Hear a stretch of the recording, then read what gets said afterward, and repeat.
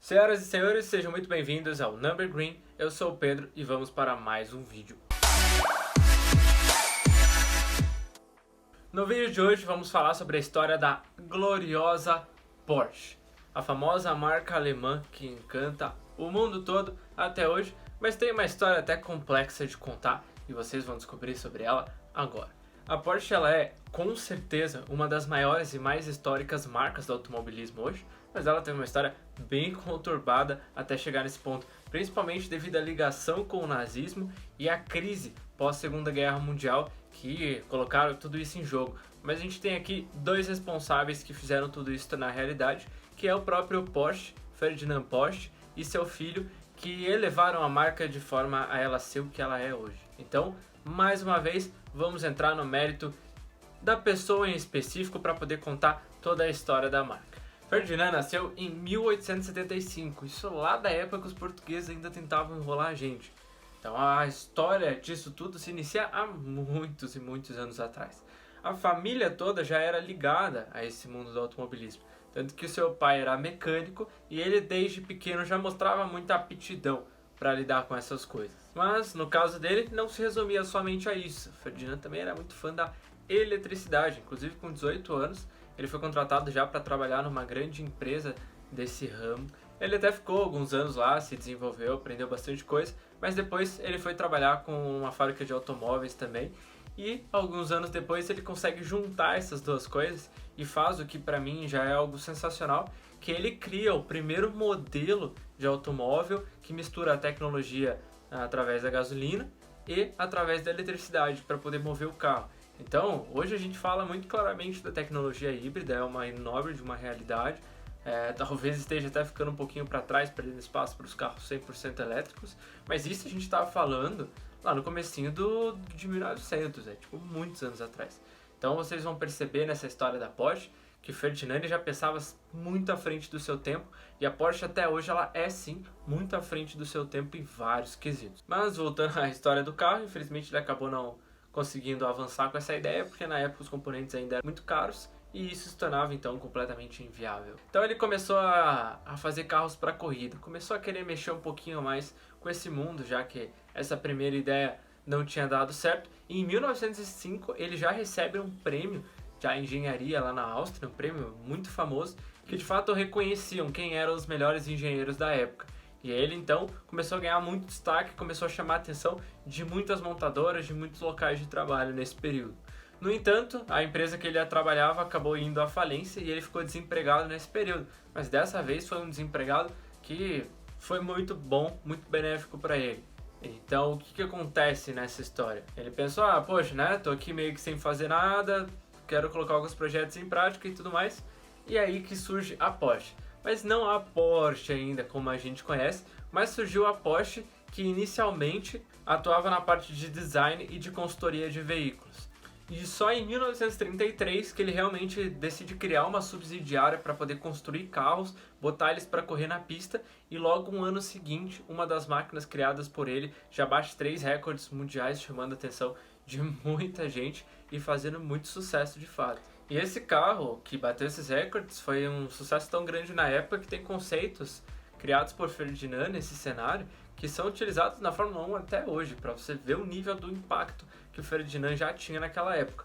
Como eu volto a dizer, a história da Porsche ela é muito à frente do seu tempo em todos os quesitos até hoje. E aí, senhoras e senhores, ainda nesse período, a gente tem um outro ponto da história que foi muito importante para Ferdinand, na verdade muito importante para a história do automobilismo, mas é de fato algo um pouco específico, que foi quando ele teve o contato com o governo de Adolf Hitler, que por sua vez chamou o Ferdinand para poder criar um carro popular. Então, como ele era um grande engenheiro da época, o Hitler tinha essa ideia de motorizar a população pelas estradas que estavam sendo construídas e tudo mais, para que a população tivesse acesso a isso. Então eles queriam um carro popular e foi chamado Ferdinand para fazer isso. E o Ferdinand criou nada mais, nada menos que o glorioso Fusca, conhecido aqui no Brasil como Fusca, mas lá na Alemanha na época era apenas o Volkswagen. E o Volkswagen, na sua tradução literal, significa realmente carro popular, e aqui a gente acabou adaptando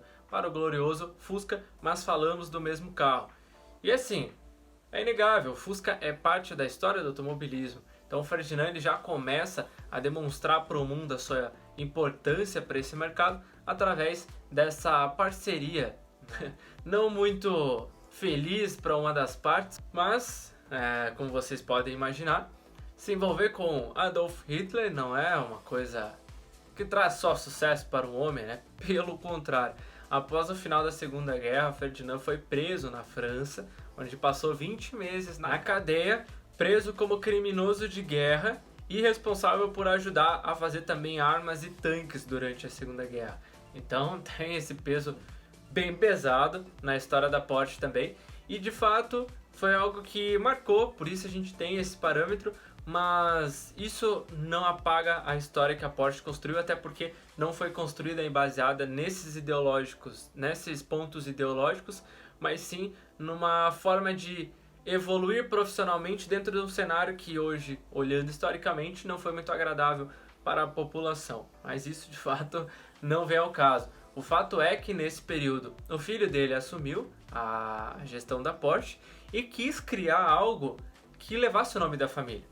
Ele quis criar um veículo que fosse marcado e conseguisse levar a família Porsche por muitos anos a serem lembrados. E ele então cria o Porsche 359, que na época ele teve um singelo sucesso, mas teve sim seu sucesso, e ele foi produzido completamente de forma artesanal. E esse de fato é o ponto relevante durante o período de prisão.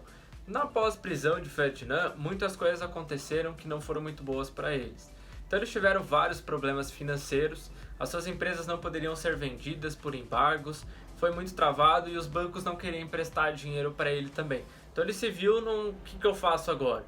E o que ele fez foi pegar justamente o Porsche 359 e apresentar para representantes da Volkswagen, com o objetivo de que eles gostassem dessa ideia de produzi-los e tudo mais, de revender esses carros, só que ele recebesse adiantado por isso, para que ele tivesse um certo dinheiro para trabalhar também, e foi algo que deu muito certo. De fato, isso se concretizou, mas infelizmente ele faleceu em 1951 e não conseguiu acompanhar essa ascensão da Porsche. Mas vocês vão conhecer essa história. Estou aqui para contar para vocês que logo em seguida do falecimento dele, de 1951 em diante, os próximos 17 anos a Porsche foi um sucesso absurdo em todo o mundo. Eles venderam mais ou menos 79 mil unidades nos 17 anos seguintes. É muita coisa. Então a Porsche ela teve uma ascensão muito gigante, muito sensacional, muito em função dessa junção Ferdinand e do seu filho, que fizeram com que todo esse processo acontecesse da melhor forma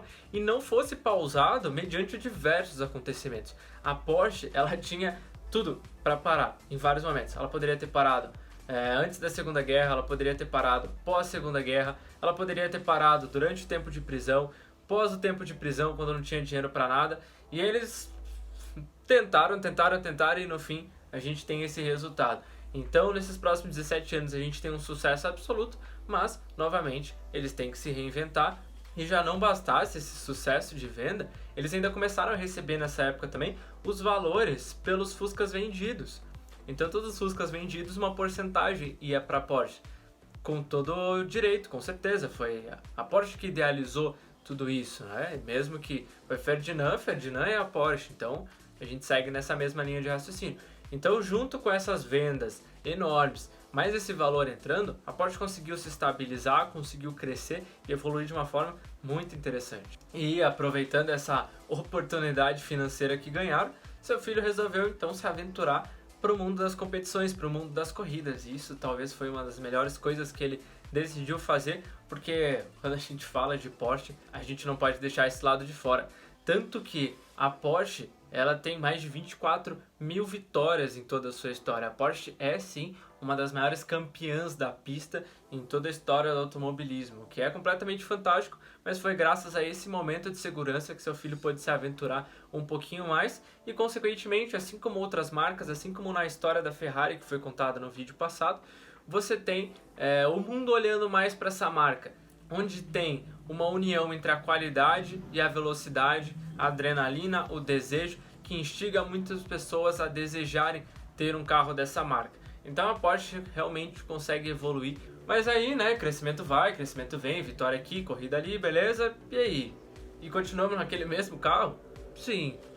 Tá na hora de reinventar, não tá? Aí, seu filho de Ferdinand, resolveu falar, acho que eu vou fazer um carro aqui, né, vamos fazer uma nova coisa que possa ser impactante, né, possa ser legal. E ele cria, então, em 1964, nada mais, nada menos que a Porsche 911. A Porsche que se tornou a mais clássica de todas e talvez o que carrega o grande peso de Porsche até hoje em todo o mundo. Afinal, ano passado, já tinha dito lá no nosso Instagram que a Porsche foi a única empresa no Brasil que conseguiu aumentar suas vendas em meio à pandemia, com o 911.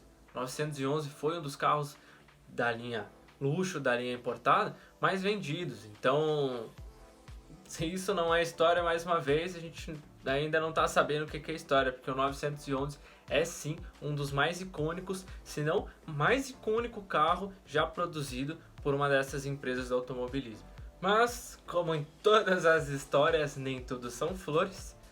Ali perto dos anos 2000, a Porsche começou a passar um monte de perrengue financeiro.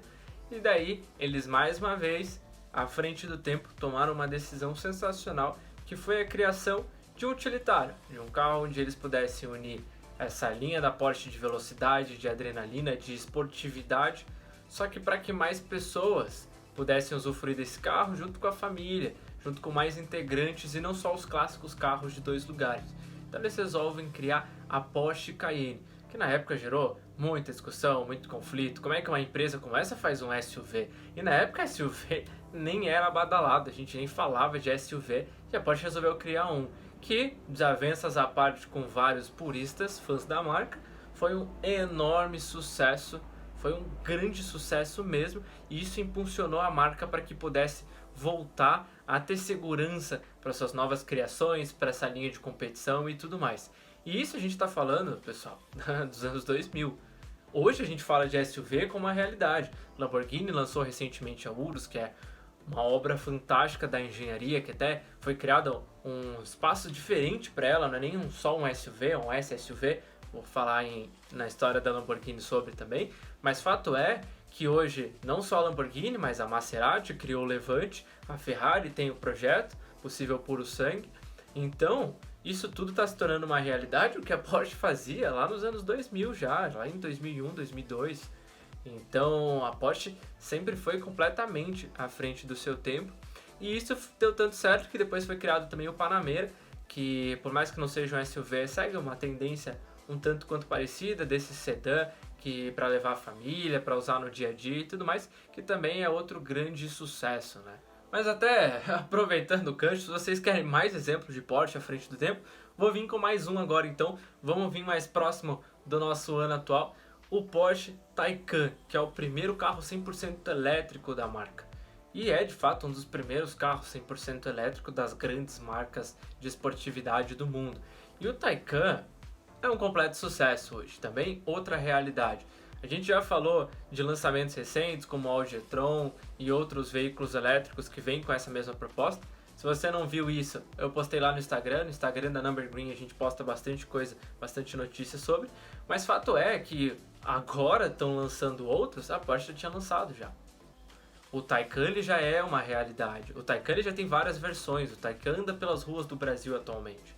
E ele é um esportivo 100% elétrico, que tem versões desde beirando os 500 cavalos até 700 e poucos cavalos, que curiosamente leva a clássica nomenclatura Turbo S, mesmo sendo um carro 100% elétrico, mas acabou virando uma marca registrada da Porsche através do 911 Turbo S também, que é um grande sucesso de vendas. Mas fato é então que a história da Porsche ela é muito rica, muito detalhada, tem várias histórias acontecendo, vários períodos históricos que influenciam nessa história, mas sempre muito à frente do seu tempo, sempre pensando muito à frente.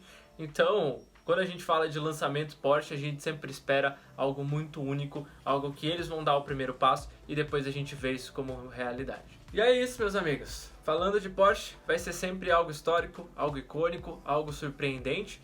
E também, quando a gente fala dos alemães, se vai falar de carro e não falar dos alemães, não tem como, né? Se tem algum lugar no mundo que sabe realmente fazer carros, esse lugar tá na Alemanha. Por mais que a gente tenha hoje grandes marcas espalhadas pelo mundo, os alemães concentram uma quantidade de marcas fantásticas e absurdas. Mas então, galera, esse foi o vídeo que eu trouxe pra vocês hoje, um pouquinho do resumo da história da Porsche. Se eu acabei esquecendo alguma coisa, deixe aí nos comentários, deixe seu feedback, seu comentário sobre qualquer coisa que queira. Deixa também sugestões de outras marcas que vocês querem ver aqui no canal sendo contada essa história. Muito obrigado por terem ficado até aqui, deixe seu like, se inscreva no canal, a presença de vocês é sempre um prazer, mas agora eu vou me embora. Valeu, tchau, tchau, é nóis!